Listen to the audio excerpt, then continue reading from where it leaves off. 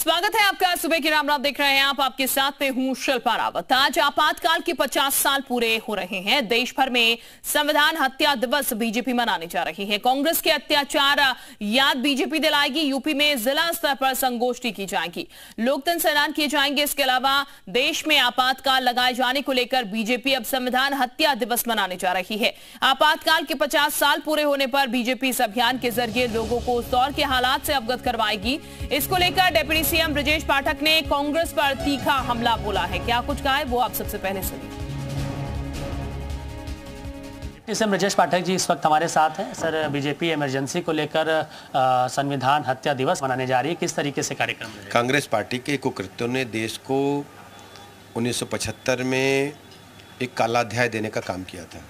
देश में इमरजेंसी लागू हुई थी और पूरे उत्तर प्रदेश के लोग, सभी कार्यकर्ता जुट करके कांग्रेस की इस देश विरोधी, जन विरोधी और संविधान विरोधी नीतियों को जन जन तक पहुंचाने का काम करेंगे और इसीलिए याद करेंगे कि दोबारा कोई पार्टी, कोई तानाशाह इस प्रकार के कुकृत्य न करने पाए। डिप्टी सीएम ब्रजेश पाठक का कहना है कि जो कांग्रेस ने जो इमरजेंसी के दौरान सारी चीज़ें की थी उसको लेकर अब बीजेपी कार्यक्रम करने जा रही है। समीर के साथ मयूर शुक्ला, जी मीडिया, लखनऊ।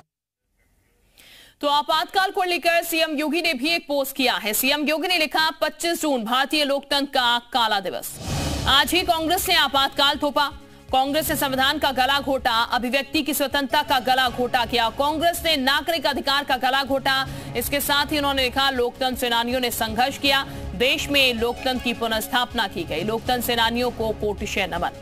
तो ये सीएम योगी आदित्यनाथ ने एक्स के जरिए पोस्ट किया है और 25 जून काला दिवस बताया है। आपातकाल पर सीएम योगी का ये पोस्ट जो कि किया गया है। कांग्रेस से संविधान का गला घोटा, ये उनकी तरफ से लिखा गया। अभिव्यक्ति की स्वतंत्रता का गला घोटा गया। इसके साथ ही उन्होंने लिखा, कांग्रेस से नागरिक अधिकार का गला घोटा, लोकतंत्र सेनानियों ने संघर्ष किया और देश में लोकतंत्र की पुनर्स्थापना की। ये सीएम योगी आदित्यनाथ की तरफ से एक्स पर लिखा गया है। बढ़ते आगे, अजय राय का बीजेपी पर हमला। जरूरी मुद्दे से ध्यान भटका रही है बीजेपी। संविधान हत्या दिवस को लेकर निशाना साधा है। इमरजेंसी के 50 साल होने पर संविधान हत्या दिवस। यूपी में बंद हो चुके हैं 8000 सरकारी स्कूल। इमरजेंसी के 50 साल पूरे होने पर भारतीय जनता पार्टी अब संविधान हत्या दिवस के तौर पर इसको मनाएगी। जगह जगह पर कार्यक्रम होंगे।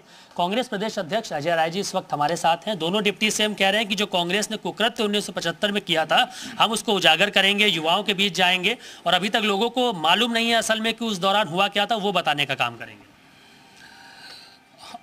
देखिए, ये सरकार पूरी तरीके से फेल हो चुकी है और अपनी फेलिवर को छिपाने के लिए ये तमाम हथकंडे अपना रही है। आप देख सकते हैं कि जो भी कहा इस सरकार ने उसको वादा पूरा किया, एक भी वादा नहीं पूरा किया। आज आप देखिए, वृंदावन के लोग आए हैं, जिस तरीके से वृंदावन को तोड़ने का काम ये कर रही है। ये सरकार जिस तरीके से अयोध्या को तोड़ा, काशी को तोड़ा, धर्म के नाम पर व्यापार करने की बात, उसकी बात करें, जनता सब जान चुकी है। महंगाई, बेरोजगारी, भ्रष्टाचार, 8-8 हज़ार स्कूल बंद कर रहे हैं। सारी चीज़ें, उन सब चीज़ों को केवल डाइवर्ट करने के लिए तरह तरह के हथकंडे अपना रहे हैं। जनता जाग चुकी है और पूरी तरीके से इनको इलाज करेगी और इनको निश्चित तौर से जो मूल स्थान था वहाँ पर इनको भेज देगी। और इस वक्त ज्यादा जानकारी के साथ मयूर हमारे साथ जुड़ चुके हैं। मयूर का सीधे रुख कर लेते हैं। मयूर, संविधान हत्या दिवस आज बीजेपी मना रही है। आपातकाल के 50 साल आज पूरे हो चुके हैं। किस तरीके से जनता के सामने ये चीज रखी जाएगी, क्योंकि बीजेपी का मकसद ये है कि कांग्रेस ने जो आपातकाल लगाया उसको लेकर जनता के बीच तमाम चीजें जो हैं वो लेकर जाई जाए। देखिए, आज इमरजेंसी के 50 साल पूरे हो गए हैं। भारतीय जनता पार्टी संविधान हत्या दिवस के तौर पर आज के दिन को मनाने जा रही है। देश भर में कार्यक्रम होंगे।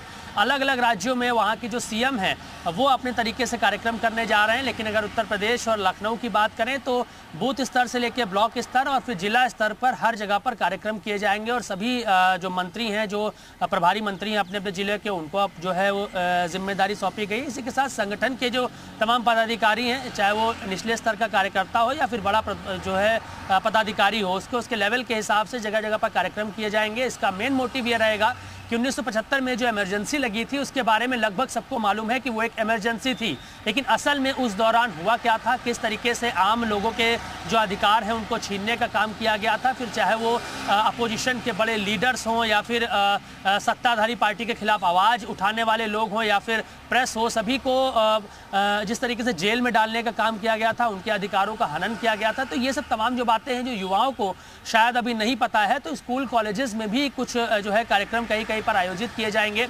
जहां पर पार्टी के पदाधिकारी जाएंगे और लोगों को, बच्चों को जागरूक करने का काम करेंगे, उन्हें बताएंगे कि इस दौरान हुआ क्या था। प्रदर्शनी भी जगह जगह पर लगाई जाएगी। इसके अलावा कुछ राज्यों के सीएम हैं जहां पर भाजपा की सरकार है, वो जो इमरजेंसी के दौरान जिन लोगों को जेल में डाला गया था, जिन लोगों को प्रताड़ित किया गया था, उनसे मिलेंगे, उनके परिवारों से मिलेंगे, उनके साथ भोजन करने का भी कार्यक्रम कुछ राज्यों से सुनने में आ रहा है। हालांकि उत्तर प्रदेश में ऐसा कोई कार्यक्रम अभी जो है सुनने में नहीं आया है। तो ऐसे में इस तरीके से पूरा जो एक कांग्रेस पार्टी जहां आरोप लगाती भारतीय जनता पार्टी के ऊपर कि वो संविधान खत्म कर रहे हैं, लोकतंत्र को खत्म कर रहे हैं, तो कहीं ना कहीं अब उन्हीं के जो आरोप है उसको टूल की तरह इस्तेमाल करके अब भारतीय जनता पार्टी लोगों के बीच जाएगी और उन्हें बताएगी कि इमरजेंसी के दौरान कैसे लोकतंत्र की हत्या की गई थी, कैसे संविधान की हत्या की गई थी। और आज वही आरोप कांग्रेस बीजेपी पर लगाती है, जबकि 1975 में वो वही काम पहले ही कर चुकी है। तो प्रदर्शनी के जरिए माउथ टू माउथ जो बातचीत है उसके जरिए जगह जगह पर नुक्कड़ नाटक करके और लोगों के बीच जाकर उन्हें पर्चे बांट के कि किस तरीके से, यानी कि मयूर पूरी तैयारी जो है बीजेपी की वो इस कार्यक्रम के जरिए कांग्रेस की 50 साल आपातकाल के बताने की। बहुत शुक्रिया आपका तमाम जानकारी देने के लिए। अब